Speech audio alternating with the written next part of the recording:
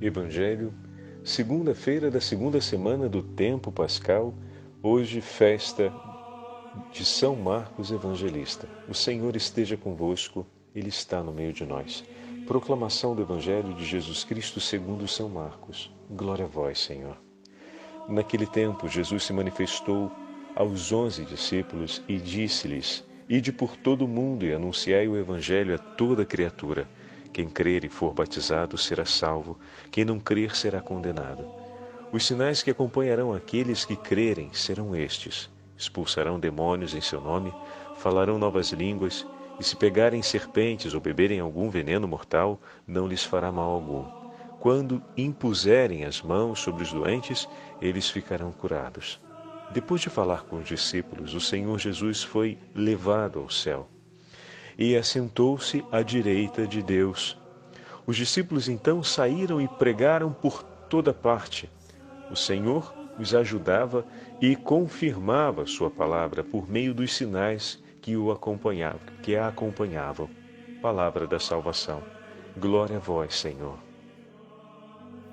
Segunda-feira da segunda semana de Páscoa, hoje festa do evangelista São Marcos. Em nome do Pai, do Filho e do Espírito Santo. Amém. Queridos irmãos e irmãs, com grande alegria hoje a igreja celebra a memória festiva do evangelista São Marcos. Admite-se que o autor do segundo evangelho, Marcos, é o primo de Barnabé, grande colaborador de Paulo, que aparece no livro dos Atos dos Apóstolos, escrito por São Lucas. Acredita que se trate da mesma pessoa. Bom, a casa de Marcos, segundo a tradição, servia como um lugar de reunião para os primeiros cristãos. E dessa forma, desde novo, Marcos foi introduzido no conhecimento do testemunho dos apóstolos e dos primeiros cristãos. O Senhor o dotou, por meio dos recursos que sua família tinha, da capacidade de escrever. Naquela época, poder ler e escrever era um privilégio e não eram todas as pessoas que o faziam. E depois era necessário dispor dos recursos para isso. A pele na qual os estiletes, onde se era gravado, no couro, os textos. Então, era realmente necessário ter o conhecimento de uma arte além do conhecimento das próprias letras. Então, o processo que normalmente nós interpretamos como um processo de alfabetização supõe a presença do professor, o aluno, e hoje os recursos para a alfabetização, os livros, o papel, a caneta, o lápis, os itens para exercícios pedagógicos e didáticos como massinha, objetos, para ensinar o uso dos números e também para fazer a grafia das letras, é algo que nós já damos por descontado que é acessível. Naquela época não era bem assim. Então, se usava materiais que custavam para você poder fazer a exercitação da própria escrita, além de aprender a interpretação das letras e o significado delas, ou seja, o processo de alfabetização. A gente precisa sempre recordar que a língua do Evangelho, na qual ele se difunde, é o grego, porque era a língua de conhecimento. Mas, paralelamente, quando se fala de um processo de alfabetização, a primeira alfabetização era aquela para as línguas próprias do lugar, que muitas vezes eram dialetais, o que significa um empenho ainda maior, porque é conhecer e dominar uma língua estrangeira que provavelmente era usada por conta do comércio e por conta das relações entre as regiões, mas que não é a minha língua materna, por assim dizer. Então, eu preciso de alguém que me instrua no conhecimento daquela língua e depois eu preciso ter o acesso às pessoas que fazem o uso daquela língua para poder praticá-la a ponto de escrever com ela e fazer dela um meio de comunicação, porque afinal era aquela língua que poderia ser lida em tantos outros lugares distintos, não apenas numa mesma região, né? Então, isso tudo para tentar dizer um pouquinho mais do grande esforço feito pelos primeiros cristãos em deixar-nos os testemunhos. Ontem, a conclusão do Evangelho de São João dizia, né, que foram escritos apenas alguns. E a gente poderia pensar por um instante, poxa, que econômico, poderia ter escrito muito mais e a gente leria com muito gosto. Mas sim, é verdade. Só que não era tão simples assim escrever mais. Depois, não podemos esquecer, a igreja nasce num contexto de perseguição. E num contexto ainda onde a tradição oral tem uma relevância muito grande. E a tradição escrita ela chega para ajudar na difusão do Evangelho. Porque muitas vezes aqueles que poderiam fazer a transmissão oral não conseguiriam chegar em muitos lugares. E, obviamente, não conseguiriam chegar ao mesmo tempo em diversos lugares. Então, a difusão escrita, a tradição transmitida agora, não apenas de maneira oral, mas escrita, ela poderia permanecer junto às comunidades, mesmo depois da partida daquele missionário que veio, mesmo depois da partida dos apóstolos, mesmo depois da partida dos discípulos que testemunharam a ressurreição do Senhor, a redação de todos aqueles episódios permanecia no seio da comunidade. Então, olha o zelo e o amor com que os cristãos buscavam ter sempre a palavra de Deus presente e, ao mesmo tempo, que não se perdesse, porque é importante isso, né? O fio do testemunho dos apóstolos. E aqui a gente vê uma grande obra de Deus na preservação do testemunho apostólico. Porque durante a transmissão do testemunho, seja oral e posteriormente escrito, era possível que interpretações não alinhadas ou mesmo que se desorientassem da raiz do testemunho apostólico pudessem vir para fora. Acontece, porque nós temos uma civilização extremamente dinâmica, onde os pensadores estão ainda desenvolvendo a sua linguagem filosófica, onde muitas culturas estão se encontrando e dessa forma trazendo os parâmetros da história religiosa de uma tradição de um povo para dentro do outro povo. E isso, na hora de interpretar o anúncio do Evangelho, na hora de aproximar o anúncio do Evangelho, poderia criar algumas dificuldades e tensões que empurrassem a interpretação do Evangelho, ou o anúncio do Evangelho, ou o entendimento do mistério de Cristo e da encarnação para fora daquilo que era o ensinamento apostólico. Então, teve uma relevância muito grande os escritos, a tradição escrita, porque a tradição escrita permanece como tal.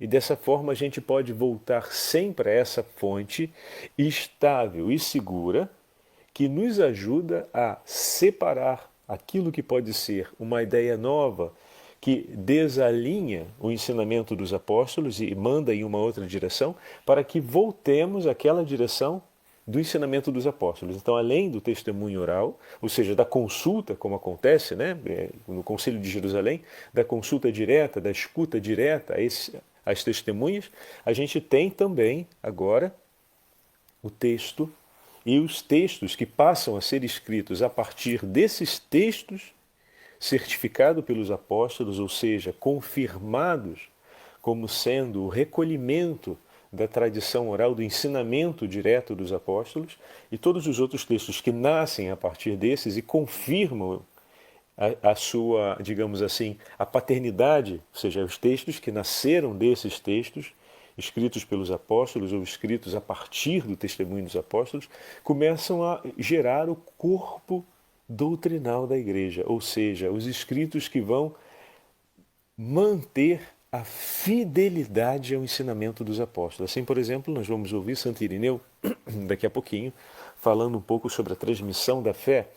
E Santo Irineu, ainda ali nos primeiros séculos, obviamente um pouco mais distante dos apóstolos, mas nem tanto, os seus textos, por exemplo, são todos eles baseados sobre os escritos dos evangelhos e são certificados pelo testemunho daqueles que seguem a tradição apostólica.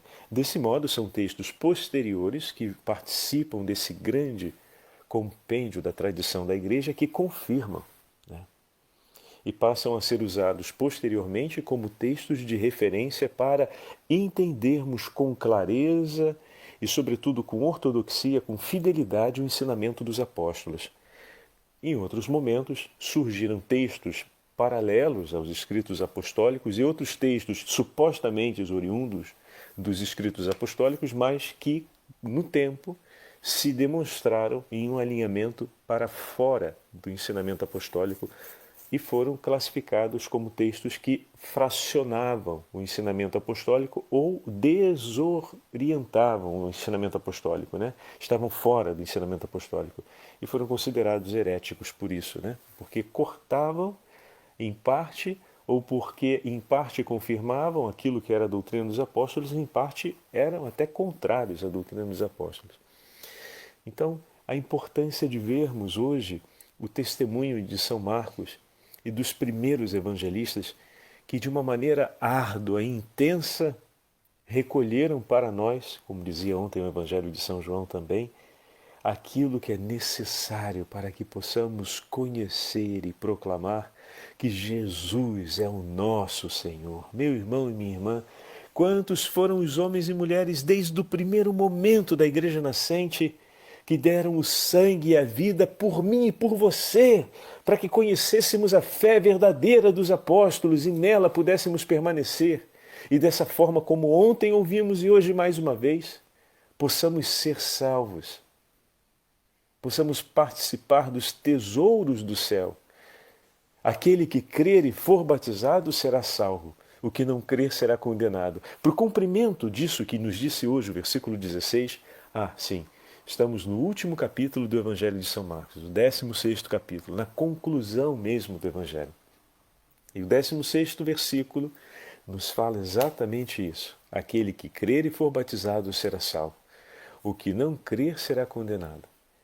E quantos foram os homens e mulheres desde a Igreja nascente que nos ajudaram a crer, que cuidaram, entregaram a própria vida de muitos modos e maneiras para que o ensinamento dos apóstolos, para que aquilo que nosso Senhor transmitiu aos santos apóstolos pudesse chegar até nós com toda a sua ortodoxia, com todo o seu conteúdo, sem nada perder e com a beleza de, ao longo desses 200 anos, se enriquecer em tanta novidade, não para fora da revelação, mas novidade no esplendor da própria relação, da própria revelação.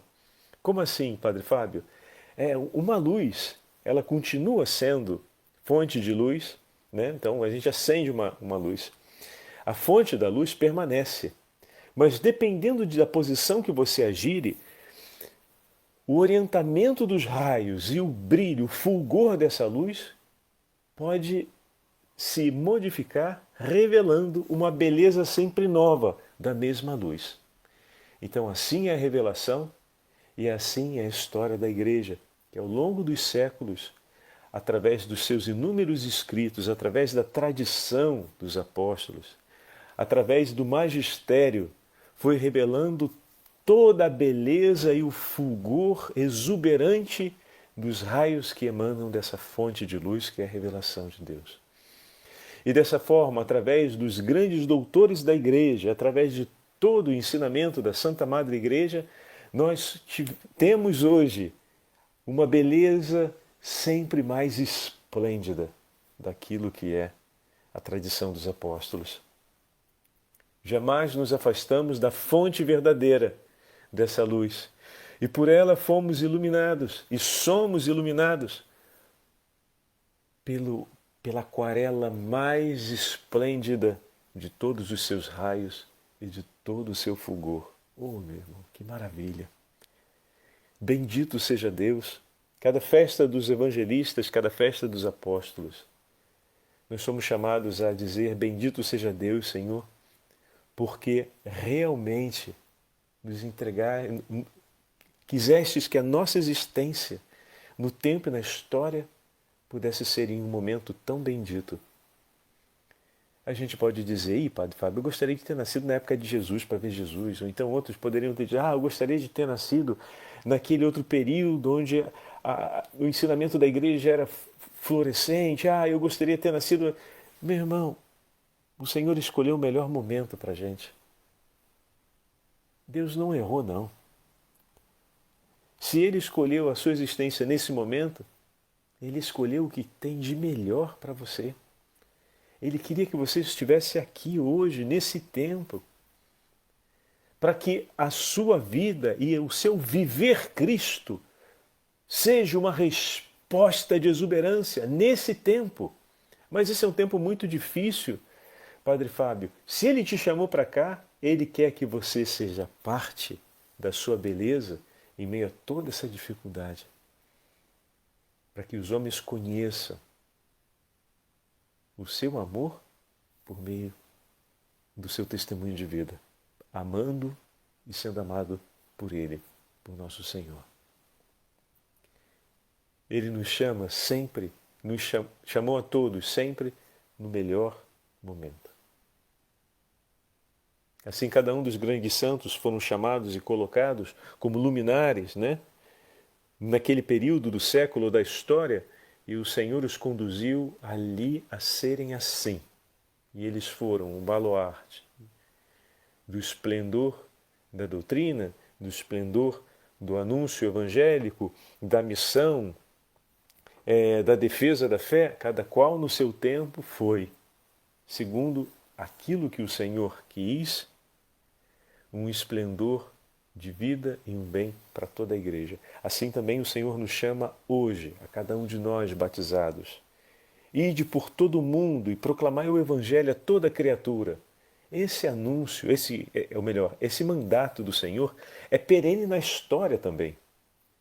Não só ide pelo mundo e pensamos, então vamos chegar até os confins da terra anunciando o Evangelho e a missão acabou. Não, o mundo continua, a história continua, os séculos vão adiante. Assim como o mar não para nunca de enviar as suas ondas até as praias. Ora, elas são mais fortes, ora, elas são delicadas como uma marola. Mas o murmúrio do mar, chegando na praia, acontece ininterruptamente ao longo dos séculos. Assim também os cristãos no mundo. Ide pelo mundo e proclamai o Evangelho. E assim como as ondas do mar chegam às praias, também nós, ao longo dos séculos, como cristãos, estamos caminhando sobre a face da terra, até chegarmos aos confins. Assim como o mar encontra o seu confim nas praias, também nós, cristãos, vamos até os confins do mundo. Ora, chegamos como ondas fortes que fazem sentir o seu rugir à distância. Ora, chegamos como os murmúrios das marolas. Mas o mar sempre se move em direção aos seus confins, assim como a igreja e os cristãos se movem, segundo esse mandato do Senhor, até os confins da terra, ao longo dos séculos. E se o Senhor nos chamou para sermos hoje parte em uma pequena marola, nós somos aquele murmúrio que mantém nos séculos a presença da igreja. Talvez, em outros momentos, tenham chamado outros irmãos e outras, em outros tempos, a serem aquelas grandes ondas que mudam, inclusive, os confins, que alargam os confins. Bendito seja Deus. Mas sejam as simples marolas como as grandes ondas, todas cumprem aquilo que é o mandato. Todas cumprem o movimento de vitalidade do mar. Todas cumprem o mandato de ir até os confins proclamando o Evangelho. Bom, essas imagens elas aquecem o nosso coração e nos ajudam a entender a nossa presença e a nossa ação, porque hoje a conclusão do Evangelho de São Marcos nos fala sobre esse envio. E o Senhor diz ainda mais, os sinais que acompanham aqueles que vão em seu nome são os sinais messiânicos. Expulsarão os demônios, falarão em outras línguas, ou seja, anunciarão em todos os povos, enfrentarão os desafios e os temores da morte e triunfarão sobre eles, pegarão as serpentes, se beberem algum veneno mortífero, nada sofrerão, ou seja, o Senhor defenderá as suas vidas, enfrentarão as potências infernais e vencerão em nome dele. A sua vida se encontrará muitas vezes em duro e sob severa ameaça e duros perigos, e o Senhor os preservará da morte. Significa que a vida daqueles que partem está nas mãos do Senhor. Olha, meu irmão, que palavra de esperança para a gente, né? Ontem falava sobre o medo do futuro. Que palavra de esperança para nós. Nossa vida está nas mãos do Senhor. E nos dá ainda a sua autoridade. Imporão as mãos sobre os enfermos e eles ficarão curados. Ainda temos a autoridade de poder suplicar pelos nossos irmãos a necessidade de suas curas. E ontem, levantar as mãos e perdoar os pecados. A grande cura da alma, o Senhor confiou também aos seus sacerdotes para que se cumprisse em favor do seu povo. E a cada um de nós, por meio da graça e da autoridade do Espírito Santo, nos dá a autoridade de declararmos o perdão em favor de nossos irmãos quando esses nos ofenderem. Mas sempre em quem? Em nome do Senhor. Não em nome próprio, mas em nome de nosso Senhor Jesus Cristo, que me salvou da morte. Eu declaro, eu te perdoo, meu irmão, pelo mal que você me fez. E suplico ao bom Deus que te guie e te livre de outra vez realizar o mal contra os teus irmãos. Olha que maravilha, olha que súplica de intercessão, olha que ato de perdão bendito. Olha que tesouro o Senhor nos entregou para confirmarmos nossos irmãos na fé dentro daquilo que nos é próprio como batizados. E depois, obviamente, para aquela reconciliação com Deus. O sacramento da reconciliação nos foi entregue por meio dos sacerdotes. É disposto em nosso favor para o perdão dos pecados, para a salvação das almas. Meus irmãos e minhas irmãs, quantos tesouros o Senhor nos entregou, né? Para que cumpríssemos a missão de ir pelo mundo. Vamos com Ele, como ontem vimos, com Tomé. O Senhor está ali, Ele continua o diálogo, porque o Senhor estava e está no meio de nós. E depois, no versículo 19, ora o Senhor Jesus, depois de lhes ter falado tudo isso, subiu aos céus e sentou-se à direita de Deus Pai.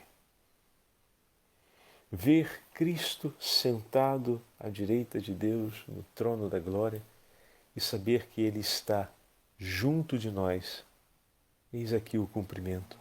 Todo aquele que guardar a minha palavra, eu e o Pai viremos e faremos nele a nossa morada. Significa que todo aquele que guarda a palavra de Deus e segue como discípulo de Cristo, o Senhor em fidelidade e humilde obediência, Deus habita em seu coração. Bendito seja o teu santo nome, Senhor, porque escolhestes habitar no coração de seus discípulos. Vem habitar, Senhor, e permanece habitando no nosso coração. Guia nossos passos, inspira, Senhor, os nossos corações, de maneira que tudo cumpramos para a maior honra e glória do seu santo nome e possamos sempre dar louvores e glórias por todos os dons e todas as graças que de ti recebemos. Vou ler para vocês um trechinho de Santo Irineu para concluirmos a nossa meditação de hoje. A pregação da verdade, esse é o texto, segundo século da fé cristã, do Tratado contra as Heresias de Santo Irineu. Santo Irineu nos escreve assim: A Igreja espalhada pelo mundo inteiro, até os confins da terra, recebeu dos apóstolos e dos seus discípulos a fé em um só Deus, Pai Todo-Poderoso, que criou o céu e a terra, o mar e tudo que neles existe. E em um só Jesus Cristo, Filho de Deus, que se fez homem para a nossa salvação, e no Espírito Santo, que pela boca dos profetas anunciou antecipadamente os desígnios de Deus. A vinda de Jesus Cristo, nosso amado Senhor, o seu nascimento de uma virgem, a sua paixão e ressurreição dentre os mortos, a ascensão corporal aos céus, a sua futura vinda do céu na glória do Pai. Então, ele virá para recapitular o universo inteiro e ressuscitar todos os homens, a fim de que, segundo a vontade do Pai invisível, diante de Cristo Jesus, nosso Senhor, Deus, Salvador e Rei, todo joelho se dobre no céu e na terra, e debaixo da terra, e toda língua proclame, e ele julgue, enfim, todos os homens com justiça. A Igreja recebeu, como dissemos, e guarda com todo cuidado esta pregação e esta fé. Apesar de espalhada pelo mundo inteiro, olha que bonito, meus irmãos, guarda como se morasse em uma só casa. Fantástico, né? É a beleza da nossa igreja pelo mundo inteiro, mas quando entramos, estamos em uma mesma casa, a única casa. Acredita nela como quem possui uma só alma e um só coração.